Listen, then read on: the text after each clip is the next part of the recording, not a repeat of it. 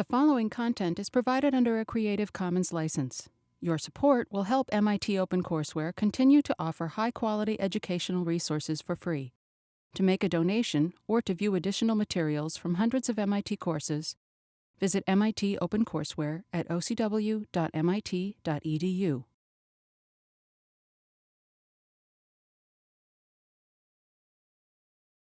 Earl introduced to you the concept of Lean and made the assertion that Lean isn't so much a collection of tools as a way of thinking about things.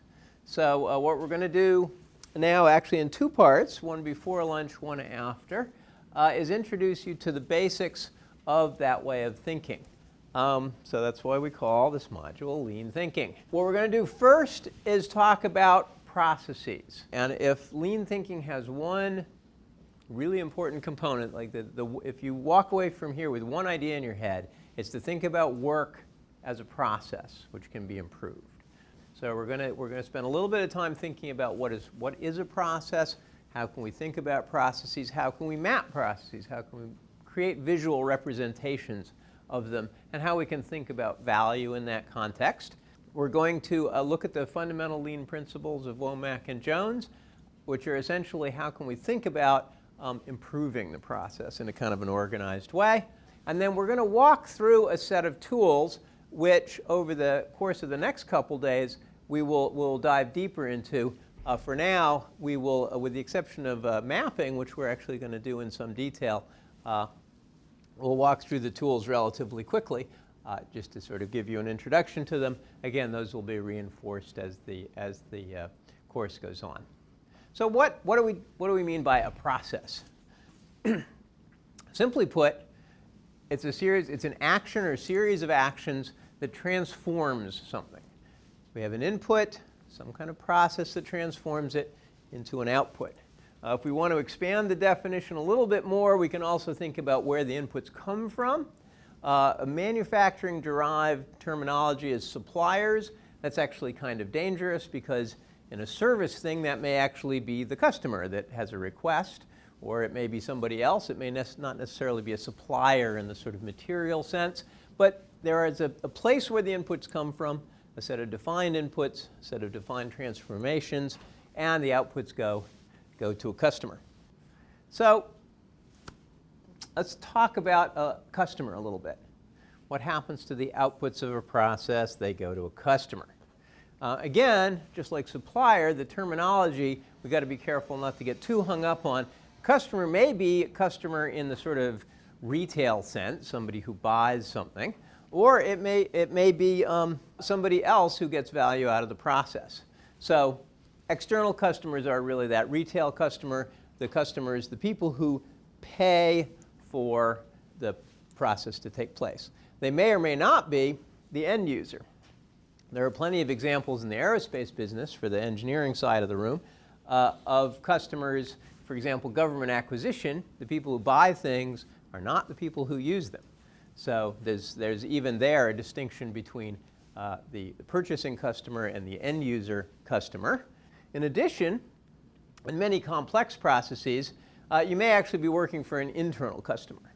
So a given step in a more complicated process may actually be working for somebody inside the organization.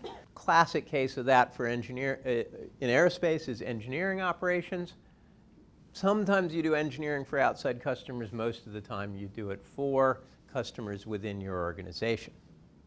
In the healthcare side, there's an awful lot of service provision which are not directly affecting the patient, but that are necessary, say, to keep the hospital going. So thinking about customers with a little bit of nuance is necessary. The other thing that we want to make sure we don't get too caught up in the words is the fact that our customers also often provide some of the inputs to our process. So actually in a classic retail transaction, the customer has a need, which is an input to our process, as well as being the ones who receive the output of the process. So how do we visualize a process? Very general question. A good method is process mapping, is to try to get our brains wrapped around what goes on inside our work process through a simple map. There's a couple of examples here. This one is close to my heart. This is an aerospace engineering drawing release process. This is a before Lean. It's actually, from an engineering point of view, a simple process. But when you map it out in the sort of legacy state, it doesn't look so simple. In fact, it looks very confusing. And this is near and dear to my heart because I spent 10 years working in that box. You can't read it. That's stress analysis. And notice that's the one that all the lines come in and out of, right? So the task actually turned out to be very simple there, but the interactions with the rest of the process were very confusing in the sort of old pre-Lean state. Here, interestingly, is a before picture, and Earl can probably comment on this a little more, for a heart attack treatment. This one doesn't look too bad compared to that one. It's sort of more or less linear. There seems to be some sort of steps, probably involving different people working on the patient. But apparently that was pre-Lean, so apparently that process could be improved. Well, the problem with that process was it took too long. Okay, too many steps. So it's organized here. We can see a pretty clear path, but lots and lots of steps. So it took too long. Okay, that's easy to understand. This one, yeah, more complex set of problems with that process. In any case, the point here is not to go too deep on the individual processes, but to get the point across that in order to improve a process, you have to understand it. And that one good way to understand it is visually, and maps help us with that. So here's an example. It's not even a very good example, but it's an intuitive example. Most people would understand it. I want a hot dog, or my kids want a hot dog. That's usually what happens on the weekends. Dad, can we have a hot dog? So my customer, the kids, order a hot dog. So they're providing input to the process as well as being the output customer. They're kind of in a loop there. So then the question is, do I have hot dogs? So I go look in the pantry. Why the hot dogs are in the pantry, I've still not figured out. They should probably be in the refrigerator. Apparently this is not a perfected process, but that's okay. And if there is hot dogs in the pantry, I'm all set. If there's not, I have to go to the store. So there's a little bit of a decision here. Here's another supplier, which is the store. Okay, if I have everything I need, I cook the hot dog, I put it in the bun, I give it to the kids. We're all set. There's a little bit of an extra sort of tail end loop here, which is I got to clean up. And if I'm smart about it, I'll actually save myself some front end work by putting hot dogs on the shopping list if I used them all up. Not the greatest process map, but it's one everyone can understand, right? You could probably do better, and we're going to give you an opportunity to do exactly that.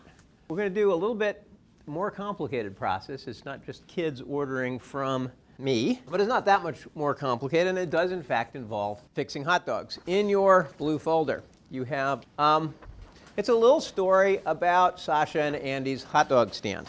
And the stuff in the front give you an introduction to Sasha and Andy, who have a hot dog stand, and they're doing fine, but they find that they are a little bit swamped. They have more customers than they can deal with, and they want to improve their process.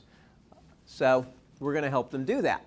And so we're going to help them do that with a direct exercise here. Read the sheet here. For you, their process has actually already been broken down. If you were doing this with your own process from start, you'd have to do the little exercise of figuring out, okay, what are the steps? What are the inputs and outputs to the steps? Don't even worry about the data yet, just the first column. That's the steps that they take. That's been done for you. And we're going to map this. So give you a second to look at that. Think about the steps, their inputs and outputs. And then we're going to create a map using the Post-it notes, which are out on the table. With the Sharpies, for each of the process elements, make a Post-it. And this is not supposed to be complicated. The first one is, let's see, take order, right? So let's make it easy. Take order. Who takes the order? Sasha takes the order. We could add that information. Or we could use color. Perhaps this color implies Sasha. And we'll put that on our thing. And we're using a sticky. Why? We're going to move it around, right? Because a priori, we're not really sure how these things should be arranged to make the most sense. Let's think about inputs and outputs. Who gives the input? Customer, okay. So there's another one. So we might want to do something like that, and you get the picture, all right? We're not going to do the whole thing for you. You're going to do it. Get the stickies, arrange them on the board. Don't start drawing lines yet, because that would kind of ruin the point of having the stickies there. When you think you have everything puzzled out, there might be some other details that are necessary. One of them is that there might be waiting or inventory. There may be places where the process waits. And the traditional symbol for that is a triangle. We don't have any triangle-shaped stickies, so we are going to use something like this. Perhaps there is a line of customers, so there's kind of an inventory waiting box in front of them. I don't know. I'm making this up as I go along. And perhaps a decision has to be made at that point. You know, do we take the order or tell them, no, I'm sorry, we don't sell that? Decisions are diamonds. You can do a diamond by just putting a square sideways. When all of that is done, then it's time to draw the lines. You can actually even make that temporary and use stickies with arrows on them, or use string. I've participated in exercises where you do that. That's getting a little bit too clever. It gets a bit messy. Best thing to do is arrange everything on the board with the stickies. When you think you got everything lined up, then draw lines to show how the process is flowing. This is a speed exercise. You only have 10 minutes. So get with your groups. Here are the basic mapping symbols: triangle, square, rectangle, diamond. Don't worry about issues yet. We're going to get to that. Map out this process. It says, if order is incomplete, then you go back and you repeat 4, which is this one. He comes back out here again.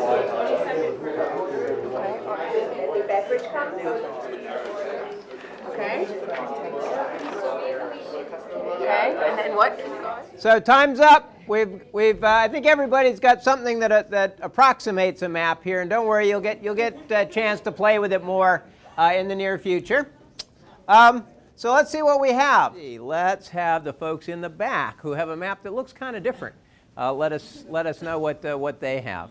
So we have the gender colors as well, and it starts at the upper left and goes down here. We don't actually have the process lines, but essentially the times next to each post-it refer to how long that is suggested to take. And then we have this loop iterative process here where Andy will need to prepare the hot dog and potentially multiple hot dogs. And coming up here, Sasha checking the order and completing that process, as well as ending with the 10-minute per hour maintenance. Okay. So, and you've got sort of a different physical arrangement. It comes down and then back up again, which is sort of enforced by the geometry of that board, so that's fine. And I guess because maybe you didn't have time to finish with the lines, it's a little bit less clear kind of what the rework is. It looks a little more linear. That's fine. And I don't think we're going to go through it. It looks like everybody else also did a nice job. The point, though, is not to go through each individual one and give you a grade. The point actually is that I think all of these maps are successful in visually representing the process and some of its difficulties. The fact that it is fairly long, that it has reworks and decisions, that it has weights and times, those are all captured. And there's no real right answer, because that's the point of our next slide. You know, it's a 2D visualization. It's something that is actually taking place in 3D space, plus there's time issues. There's issues of these processes that are not on the main loop. You can't basically get everything into a two-dimensional map. You do the best you can. You use it as a way of communicating the process. So capturing and communicating the key features of the process is what you want to do. One thing that you do have to be careful of, and this exercise is actually fairly carefully designed this way, you have to capture, I actually shouldn't say that avoid unneeded details, you have to capture the right level of detail. If we just said, make the hot dog, we'd miss all of this interesting stuff, right? On the other hand, if we went through, and some people did, and that's okay because I didn't tell you not to, went through the individual, like, okay, take the order, chat with the customer, take the money, right? At some level of detail, we might actually want we might want to do that. At the level of detail of this whole process, if we get into those individual things, it gets too complicated, right? So most folks did capture that level of detail about right. But yeah, so I think we've all succeeded in doing the key thing, which is capturing the features of the process. Okay, we're going to come back to these maps, but for now, that's it for processes. Like I said, if there's one thing you take away from here, it's thinking about work as processes. Because once you think of something as a process, you can understand and improve it, often fairly intuitively. Often it really is application of common sense to the process to make it better. Okay, so a little bit of a transition now. We're going to get into the 5 lean thinking fundamentals. Earl introduced you a little earlier to the origins of lean, how it came out of a study of Japanese practices by Jim Womack and his team. And Womack and Jones wrote a book in 1995 where they basically took the ideas, the concepts of the Japanese system, and captured them not so much as a system, but as a way of transforming existing processes into better ones. They said, let's take these principles and figure out how they can be used to take existing processes, which are maybe not so great, and transform them into better ones. And that's kind of the essence of lean as practiced in North America and Europe, at least. And here they are. Here are the fundamental principles. First of all, specify value. Understand what we want to accomplish, because if we don't do that, we can't really think clearly about any of the other steps. So what is the value of our hot dog stand? What is the value of a hot dog stand? Hot dogs, right? Hot dogs for customers, warm, safe, no diseases or bugs. You can think of a couple of the quality issues. You can think of some nuance to it, but basically we want to make hot dogs. Identify the value stream. We've sort of done that. If we think about the process and take a process map, but a rather specific kind of process map, which is a process map that follows the value-added product through the process, and then think about how value is added to that product as it moves through the process, that's a value stream map. We're pretty close on this. We figured out the value is the hot dog, and we're following the hot dog pretty much. We're following a hot dog order through there. So all of ours are approaching value stream. Not all process maps are. We could have followed Sasha around, right? What does that person do? That's not a value stream map. It's a process map. It's following that person's work process. But a value stream map follows the product, the value-added product. Make value flow. Saw a couple maps earlier. There was that engineering map. Didn't look like a lot of flow in that map. The lines were all over the place, right? The heart attack map was better. At least there was some coherent, patient comes in to patient is resolved in some way. So there was a potential there for flow at least. But Earl was saying that in the old state, it wasn't really being achieved because there was too many steps. It was too slow. So what we would like to do is have value flow through the value stream as continuously as possible, not necessarily as fast as possible, although speed, usually processes are too slow. So it's reasonable to say we would like it to flow quickly through the process. Then we get a little bit more sophisticated, and by the end of the class we'll get to what this concept means. It may not be intuitive right away. If we have a system that flows and creates value for the customer, there's the potential that we can allow the customers to pull value from that system. That's like lean, that's a slightly fraught word. What does that mean? Especially when we're pulling on something that flows or pulling on water. I don't know, the metaphors get kind of messed up. But the idea here is that essentially if the system flows continuously and creates value, from the customer's point of view, when they want something, they get it. They can come up to the hot dog stand and say, I want a hot dog, the hot dog comes. They're happy. And that this act of satisfying the customer actually controls the process all the way back to the lowest levels. The customer gets their hot dog. We essentially have a process that doesn't require a whole lot of decision making, that isn't complicated, that flows, that creates the hot dogs, that orders the buns, that cleans up the grill, whatever. The whole system is set up so that the customer desire activates the system to satisfy that desire in a way that's continuous and easy and creates value with the minimum of waste. And finally, pursuing perfection. If we can do all of this, we're not done, because we can always do better. Earl mentioned the F-18, how they identified them as a lean enterprise. And the first thing they said is, that's not true. We have so much more to do. Right attitude. They knew that they weren't perfect. An external observer said, you're pretty good, but they knew that they weren't perfect. They were, in fact, pursuing perfection. So this is a continuous process. All right, so we're going to spend the rest of both this unit and then after lunch, the second unit, essentially walking through these concepts, going a little deeper, and also giving you some tools on each one of these levels. First thing we're going to talk about is value. This one is fraught. It's fairly easy to define value. Well, not always. You have to be a little bit careful, but it's fairly easy to define the value of the output of a process, okay? We want hot dogs. That's our value.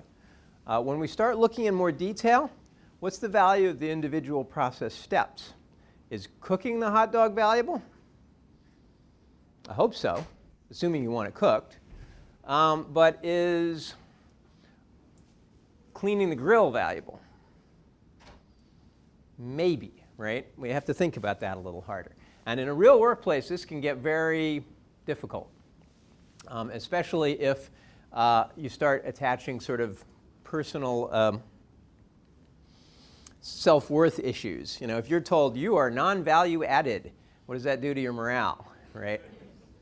And it's not just a morale issue, it's also a motivation issue. When we first started applying Lean to product development activities, we got things completely up and down the scale, you know, from people arguing that their work was valuable because they knew it was without really any context to what it did for the customer, all the way to the other side where we had some Lean experts come in and say, well, analysis isn't valuable because it doesn't add anything directly to the customer, which as an analyst I sort of had problems with. It took me a while to figure out exactly what the problem was with that.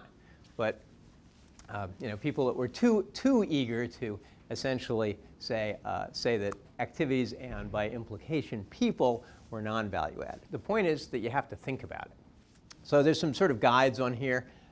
We can think about value as you know, like cooking the hot dog, things that directly transform material or information in the direction of the customer's desire, and done correctly, no mistakes. That's unambiguously valuable. The other end's kind of easy to think about too. Pure waste. Consumes resources but creates no value. So waiting, inventory, stuff that's just sitting around. Mistakes, reworking things in a creative sense can be good, but if it's because you're fixing a mistake, no value there. Things like that. And then in the middle, there may be things that we know don't really add value, but we simply have to do. There may be setup and tear down issues with our current technologies. There may be the necessity to do project coordination. We may have to satisfy regulations or laws. So there may be things that we got to do. All right. Like I said, at the individual task level, that's not necessarily an easy thing. And here's a great example. Does inspection add value? A couple of little sort of brain teasers here. Inspect those. Everybody got them? Maybe? Yeah. This one's funny. One of my colleagues in the back, we have a markup copy of our slides because we are always doing continuous improvement. She found one of these double word things. See the two these? She found a double word error. It wasn't even a line jumper. They were right next to each other on a slide we've been using for 5 years. So people are not very good at this. People are not very good at inspecting in quality. So, you know, is it value added or not? And you could have a lively argument about it. We're not now. Actually, anybody have any ideas? What's your gut feeling about inspection? Value added or not? It depends on where it is in the process. Depends on where it is in the process. A very good answer, actually. Nice general answer, but a very good answer. Yeah, people aren't very good at inspecting, and inspecting in quality is actually known not to work. On the other hand, you might have to do that. If something is super safety critical and it's just really hard to do right the first time, you might have to inspect it. Also, continuous inspection of the work process is known to be quite valuable. Inspecting in quality at the end of something that should go right the first time, probably not. And unfortunately, a lot of sort of traditional, especially manufacturing type processes, lean on that a little too heavily. So, context dependent, an interesting case where you have to be careful that you don't assume something. Either way, right? Inspection is non-value added. No, it's super safety critical. We got to do it. I don't want to fly in an airplane that hasn't been inspected. But inspecting something that's coming off a line that you're making 1 million of, given that you know inspection doesn't work very well as a quality method, not so good. So that's value. We're going to do a little exercise in that before the day is over, before this class is over. Identifying value stream. What is a value stream? It's the end-to-end activities that take place to deliver value. Said this already against that first slide. Starting with the raw material or the initial information, ending with the customer or user. From the beginning to the end, the material, the product flows. There's often a backwards flow of information, right? Customer needs, schedules, inventory information, etc. So there's the main flow of the value from raw material or raw information to something the customer wants, often a backwards flow of information. What moves in a value stream? Manufacturing, it's easy. Stuff. In design and services, less easy. Some kind of information flows. You know, I call up the helpline. I have a question. I want an answer. It's all information. It's all kind of, it's not physical. It makes it a little bit harder to track, a little bit harder to think about, but there is a flow of information that is satisfying the customer. In human services, medical, for example, it may be people. It may be the actual customer flowing through the system. And that could be in medicine. It could also be great lean company, Disneyland. They process people and make them happy, right? But they think of it very much as a process. So there's a flow of people coming in sad and grumpy and going out sad, grumpy, and hot and poor. At least in my, no, I joke. They have a good time. And the process is set up so they do. So thinking about value streams, the definition of the value stream is the set of activities that adds value to the work product to satisfy the customer. So the first order analysis of the value stream is to look for things that don't do that. Look for waste. This is called waste hunting, and it's actually a lot of fun because it's easy. Most processes, once you've sort of defined them, it's very easy to find wasteful steps. Maybe a little harder to get rid of them, but it's really easy to find them. And waste comes in a couple different flavors. We're actually going to be talking mostly about muda, about just looking at stuff that doesn't add value. So, you know, cleaning the grill, or waiting, or throwing away the unused hot dogs at the end of the day, or, you know, stuff that just is clearly not valuable. Something to keep in the back of your mind, though, and we'll come back to this later, especially the healthcare folks. We're going to get a good dose of this tomorrow. Are issues that can cause muda. And there's some Japanese words associated with this that don't have good translations. So we like to use the Japanese. Murray, overburden or unreasonableness. Essentially, if there's somebody in the process that too much is being asked of, telling them to work harder doesn't do very much good. This can be people, it could be machines, right? We've got to run this machine 24/7. How good is that process?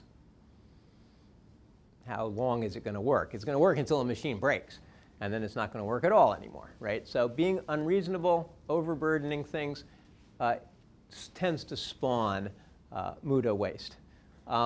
Even more dynamic is mura, unevenness, instability. Again, not very good there aren't particularly good translations, but the idea here is that if the process is uneven, if it's irregular or fluctuating, it can't flow. Again, our metaphor there, our sort of fluid flow metaphor, if the stream is turbulent, if it has backflows, if it has backwaters where it's not flowing, if it has fast parts where it is flowing, if it's uneven, it's not going to be an efficient process. And so these are also kinds of wastes that one should look for. And often, these are the root causes of the muda, of the obvious waste. Here are 7 or 8 mudas. These are sort of classic, right out of Toyota and Womack. There are lots of lists like this. In fact, most fields, if you're in healthcare, engineering, whatever, you look up the latest book, they'll have a list like this. It won't be the same, because everybody likes to make up lists for their own field. That's fine, actually. These actually are kind of fundamental. You can translate these into almost any field, but if you want to make up your own, that's good too. The whole point is to categorize. Categorizing waste makes it easier to spot. So things like waiting. That's pretty fundamental. Stuff that's not moving, people that aren't working, it's a waste.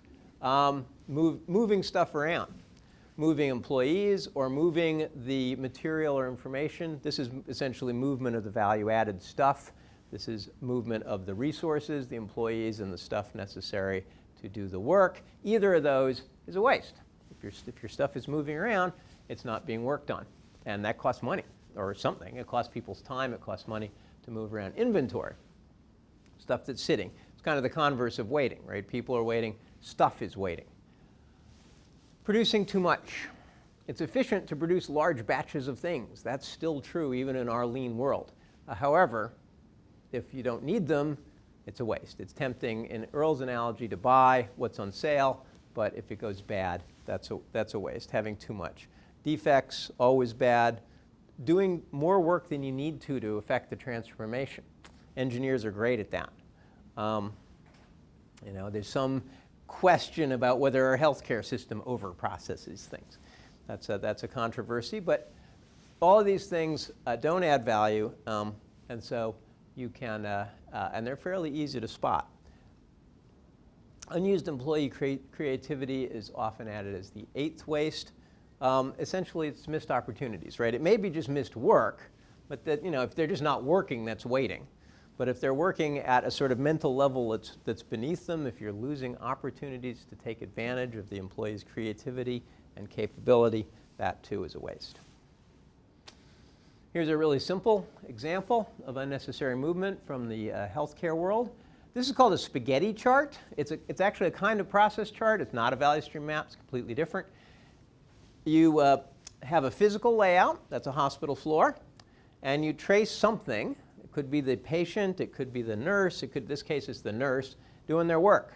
And this nurse is all over the place, right? And just because things are badly arranged. To get the work done, she actually ends up walking 1,250 feet to do something trivial. Hopefully the patient is going from the elevator to the room, but the nurse, to get the patient checked in, has to run all over the place to do their job. So it's a great visual way of finding wastes of movement. And here's some tools at this value stream level to help. One of them is called kitting. This is kind of the active version of 5S. If we need to move materials to the place of work, why don't we move them laid out the way they're going to be used? All right, so here's a aerospace example. We had a beautiful picture that we didn't have copyright for, so now we have a bad diagram. But if you have a complicated mechanical assembly that uses lots of tubes and wires, why not just deliver all the tubes and wires you need in a box where they're laid out nice and easy for the workers to get them? Likewise, for a medical procedure, having everything laid out nice and neat is a good practice. Not new, right? I mean, a good OR doctor is going to have a tray that looks like that, right? But why isn't that standard practice? Why isn't that just done everywhere? Mistake proofing. Mistakes in a process are waste, and relying on people to fix mistakes is dicey. People are good at some things, but not so good at others. And one of the things they're not so good is getting things right on a really consistent basis over many, many repeats. So why not make the process itself mistake-proof? This is a great example. It makes me feel much better about being in a hospital. This is vacuum, and this is oxygen. Now, some things you want to hook up to vacuum, and some things you want to hook up to oxygen. And those look the same. And in fact, the business end is the same. The coupler is the same. Obviously, hooking the breather up to vacuum or the sort of waste disposal thing up to pure oxygen that will light it on fire, not a good idea. So there's a little stud so that when you hook the thing up, it won't go into the wrong one. Very simple, very effective. That basic idea applies across an amazing number of fields. Make it so you can't hook it up wrong. There's a possibly apocryphal story about airplanes. There's a lot of airplanes these days are fly-by-wire. Most of the controls go through electronic components. They use the same couplers because it's cheaper that way. So it's perfectly possible to hook up the right-hand controls to the left wing and vice versa. That's an oops, right? No, it's not possible anymore. That is something that has been mistake-proofed, fortunately, long ago. Mistake-proofing the process. Checklists. This is a no-brainer, but there's a great book out in the medical care field called Checklist Revolution, because it's revolutionary to use checklists. This, as a patient, scares the heck out of me because in the aerospace field, commercial airliners are astonishingly safe. They're probably the safest complicated thing any civilization has ever come up with. I'm sure they are, in fact. And one of the reasons is that they are completely anal retentive about checklists. The maintenance people do it, the pilots do it, everybody operates off of lists. So you're not relying on fallible human memory to make sure that the flaps work before you take off. There's actually a famous accident where they didn't bother to do the checklist. And the flaps were not working and they took off. And that didn't work out so well. So very simple way of making sure that complex processes are actually executed correctly by fallible people. OK, we're going to do a quick exercise in waste walking. I have handed out some dots. And we're going to look at our map and decide if each one of the steps and decisions, don't bother with the weights because we're pretty sure those are non-value added, but the steps and decisions for sure, are they value added, green, do something for the customer? Are they necessary waste? We got to do them, but they don't really help the customer. But maybe the health board or whatever would be unhappy if we didn't do them. Or are they pure waste? Are they something we should try to get rid of? And there's no right answer, and we're only going to take about 5 minutes. But we want you to, as a group, think about these issues against the process map that you've already done there. Here is your guide of waste. If that's helpful, you can, to your discussion, take about 5 minutes. And that will actually conclude our exercise, but don't go away. We'll have a couple words before we let you go to lunch. Okay, the red one. Yeah, the red one. So that's waste, so that's red. Nice. The first one is what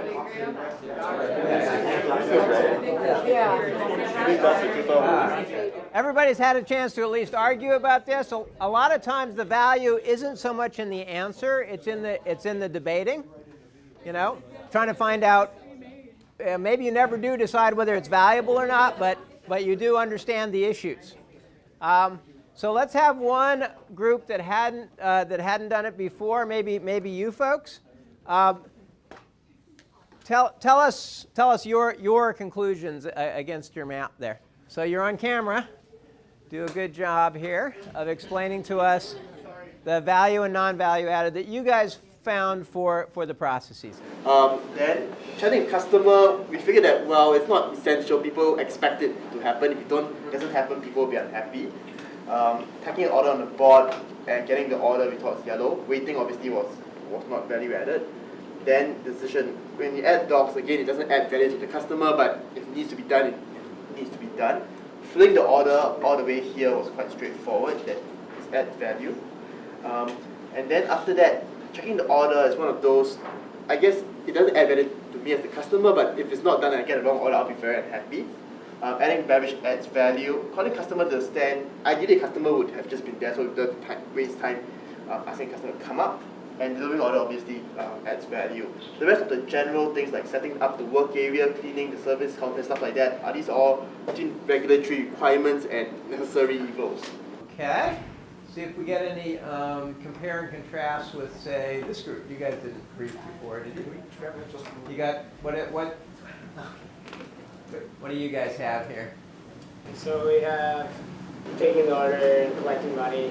It's all very important. Tracking the order is something that doesn't really have value to it, or putting it on the board. Then of course getting the order, making it, cooking the hot dogs, that's all important. Checking if the order is complete doesn't really add value, but you need to do that so that you know when to give it to the customer. Of course you have to give them their beverage and call the customer so they actually know that they get their order. And then setting up and cleaning the back area where you're working, that's not really value added to the customer because they're not interacting with that space. But the place where they put on the condiments is important because that's part of their assembly process. Okay, so that's good. So we see some of the possibilities here. The thing that I noticed that actually is often one of the more controversial ones that you had different. You guys called it customer relations and gave it a green, right? And those folks said chat with customer and gave it a yellow. So, and some people give it a red, right? Now, there's a red over there. There's a yellow to red over there, right?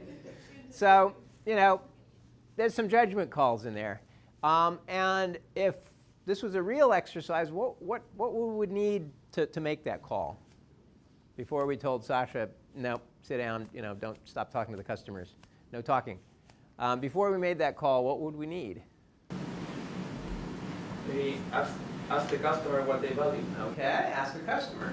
Oh, I was going to say you could kind of do the analysis and see like your profit over time versus chattering. See the chat versus okay, we could get some data. Yeah. We'll decide what our mission is as a company. There we go. Yeah, link in. Yeah, are we all about customer service, or are we just about hot dogs and nothing else?